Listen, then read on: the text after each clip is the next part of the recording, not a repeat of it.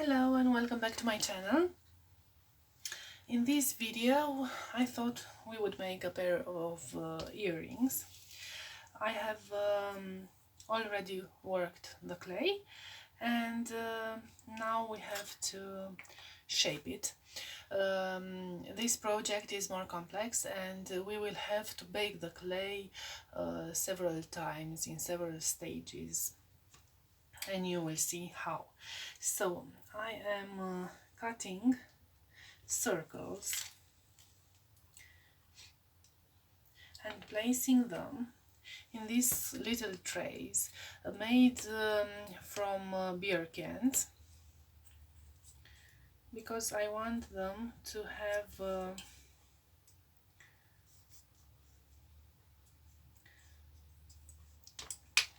dome shape.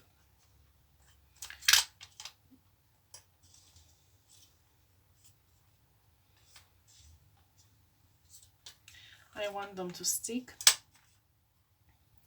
because the polymer has a spring to it and it would want to stay flat, and I want a dome shape. So I'm sticking the clay on to the tray, and then in the middle of it I want to cut a circle.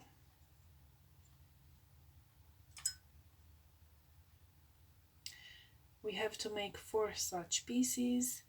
Each earring will contain 2 pieces like this.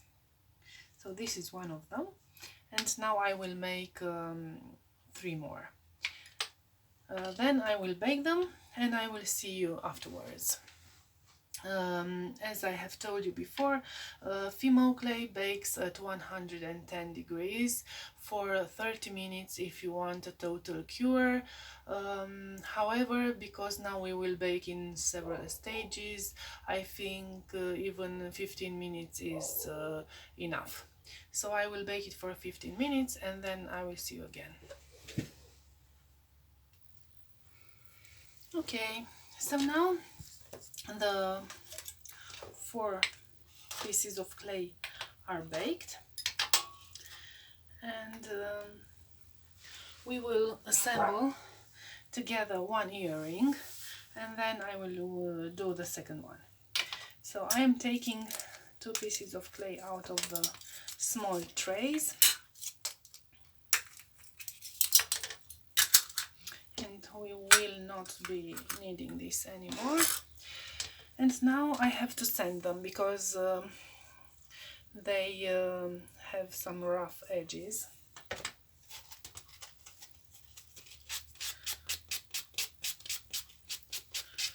Basically trying to reduce the imperfections.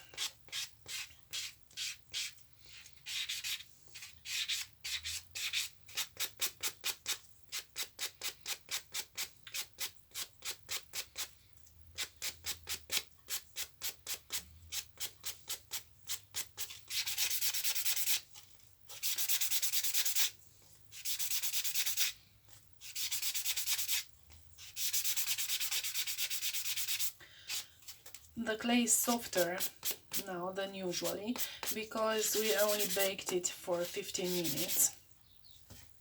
However, this makes it easier to straighten up. So I'm getting an X-Acto knife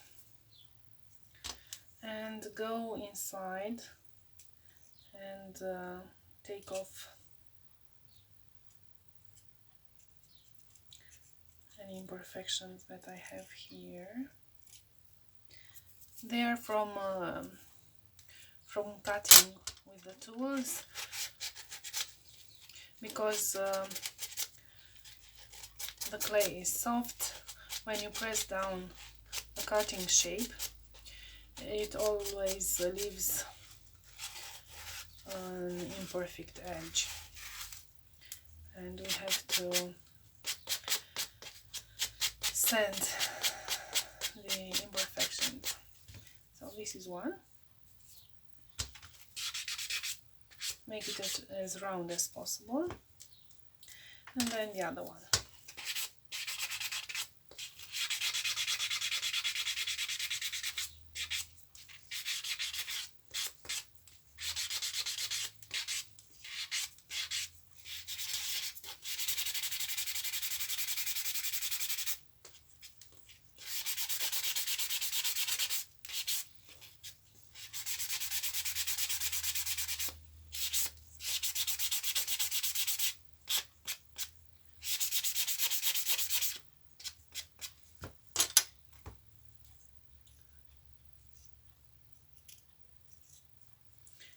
we would have baked it for 30 minutes, the material would have been much harder, and it would have been more difficult to do at least this step with the X-Acto knife.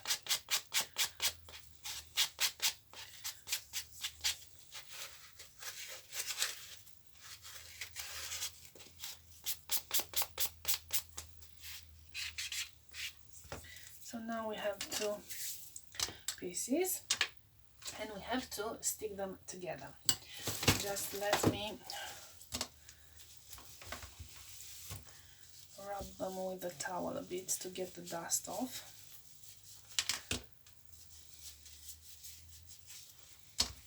You always have to clean the working space and your hands because any little particle of dust will stick to the clay, at least when it is soft, when it is not cured. So now I have to, this is the remaining sheet of clay. I want to cut off a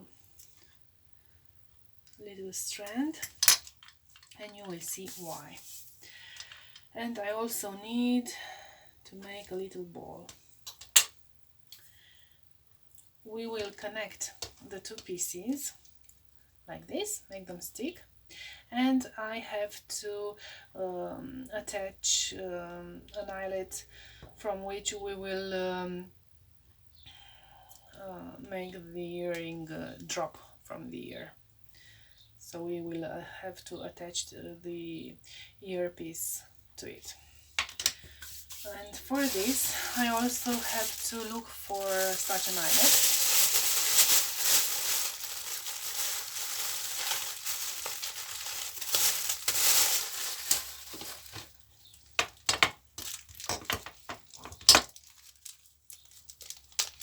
So I will take out two because I need one for the other earring as well. And now this needle already has an eyelet, but I need another one. One will go inside because it grips better like this. The soft material, the soft clay will go through the hole and it will be well stuck there. And we will cut and fold another eyelet for it to stand outside of the earring, and from it we will hang the earring. You will see exactly what I mean. So I am eyeballing it and cutting it so that enough material is left for me to make another eyelet. Okay. And then if this eyelet goes like this, I'm going in the other direction. And then I am making this fold the other way so that we have a nice round. So this is my eyelet, and now I want to make it flat so that it stands in the same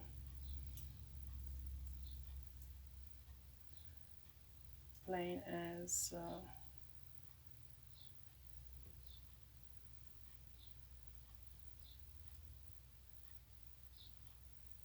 okay.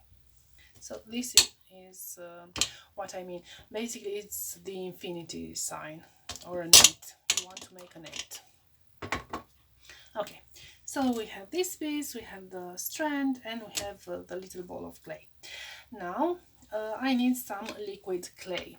For this project it would be better to have some liquid clay. Okay, so now I am taking the liquid clay on my hand, and I think we should work this thread of clay, this strand of clay a bit. I want to make it softer. When you add liquid clay to normal clay, it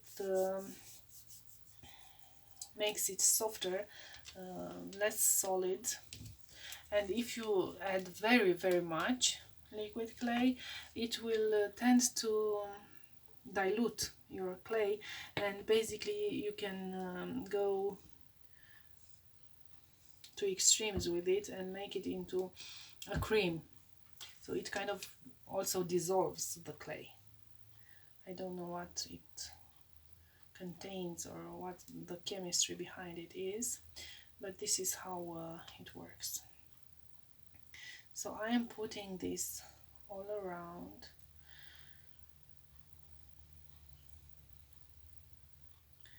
Okay. Then I'm putting the ball.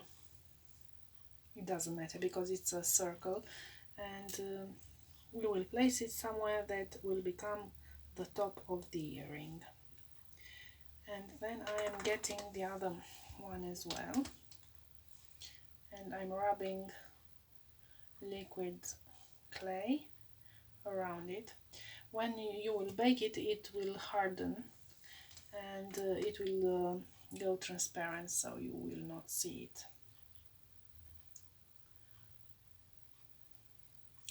I think it would be better to take the strand out and then place it around. Basically, I want to make a filler for the gap between the two.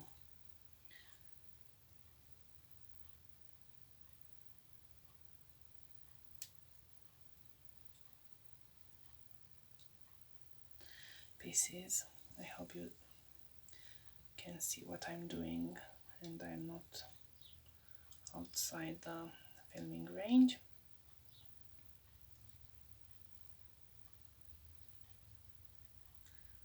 I want to go in all places. Okay, trying to make it look straight, and then I'm rubbing my hand, my finger around it, and basically trying to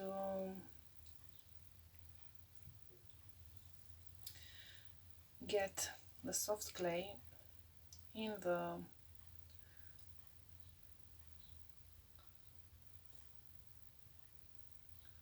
space between the two.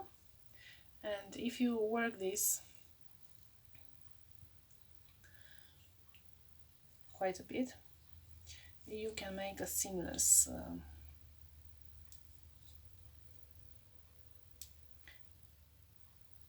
joint.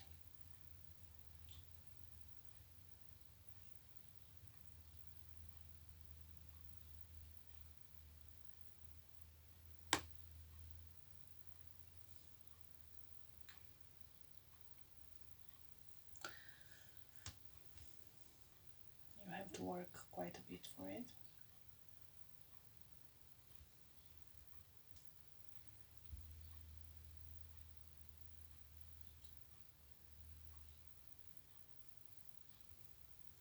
So this is Fimo liquid clay, but there is also Scalpi liquid clay on the market.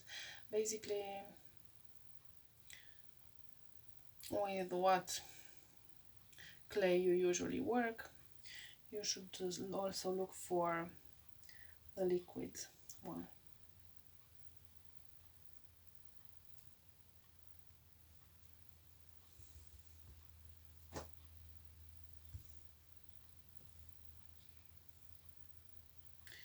It doesn't have to be perfect because I mean, if it's too much, because we will sand it again after we will bake it again. So after I do this, I will bake it again for 15 minutes.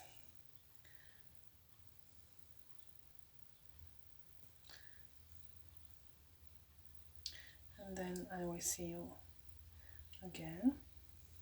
So this is the earring. Maybe I will work it a bit more, and then I will bake it, and I'll see you again.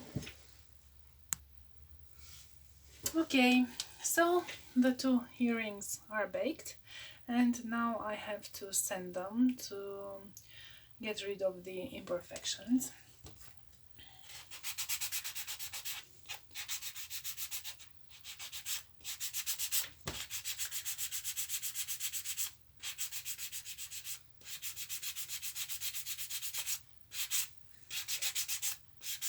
Basically, I want to make them as smooth as possible.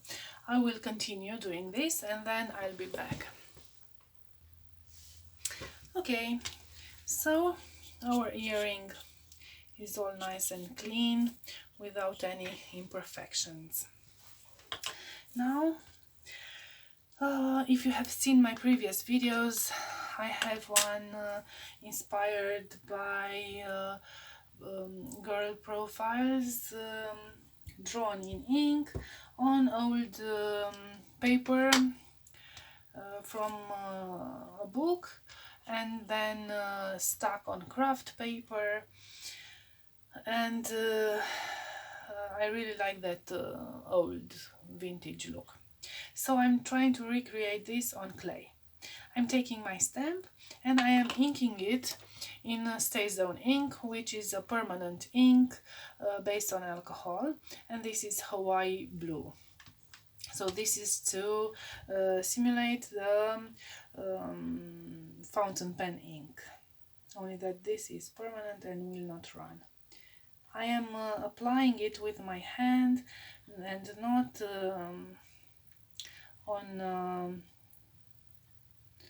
on an acrylic block, because I have a round shape and it wouldn't have stamped.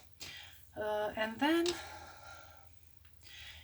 in order to simulate the writing, I have also a Stay Zone ink ganache, basically chocolate cream.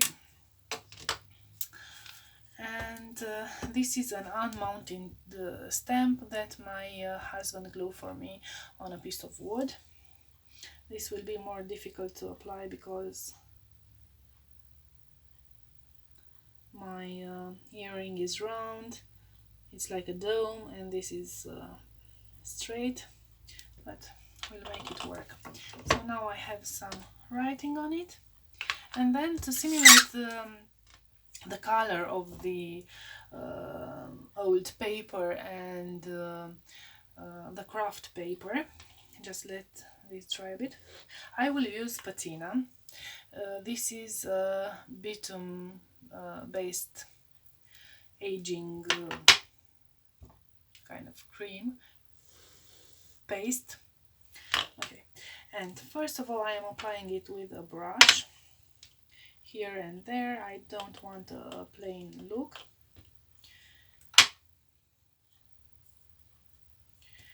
And then I am rubbing it with a towel, which I only use for this. This aging paste is quite toxic, so be careful when you use it, and basically you should have a cloth that you only use for this. So this is how it looks. Now I want to have it all over so that you can't see that the clay was white, and I'm going in again. But as I have said, in the end I don't want to be left with a solid brown color, but I want different intensities so that it looks more organic.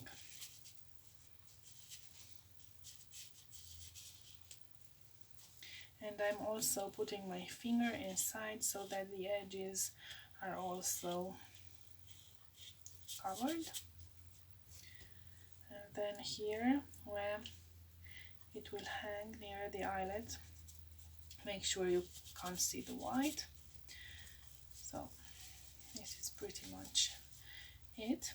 And then I'm going with the brush again to make some more places of interest. And I will rub it some more. You don't have to rub very thoroughly, because until it dries you can take it off. It will stain, but you can take it off. When it dries, it becomes permanent. Okay, so this is our earring. And now I will do something that I have seen on the internet. Basically, I'm applying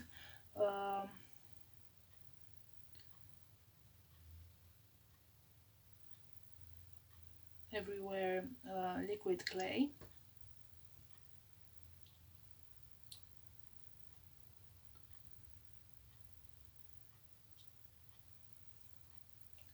And I have to bake this and then go like this on the other side as well. I can't bake it in one go. Okay, I will put it in the tray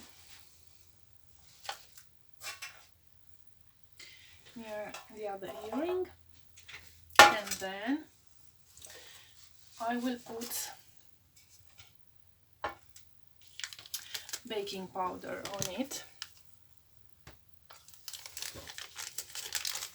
and this will leave an interesting texture in the end. So I'm putting it on top, as you would put salt on your food. Okay, and now I will bake it again for 15 minutes. When this will be all done, I will do the same on the other side, and the final baking will be 30 minutes, and always at 110 degrees. So I will see you when it's all baked. Okay, so these are my earrings, all baked with a nice texture on them. And now I will finish them by mounting the earring pieces.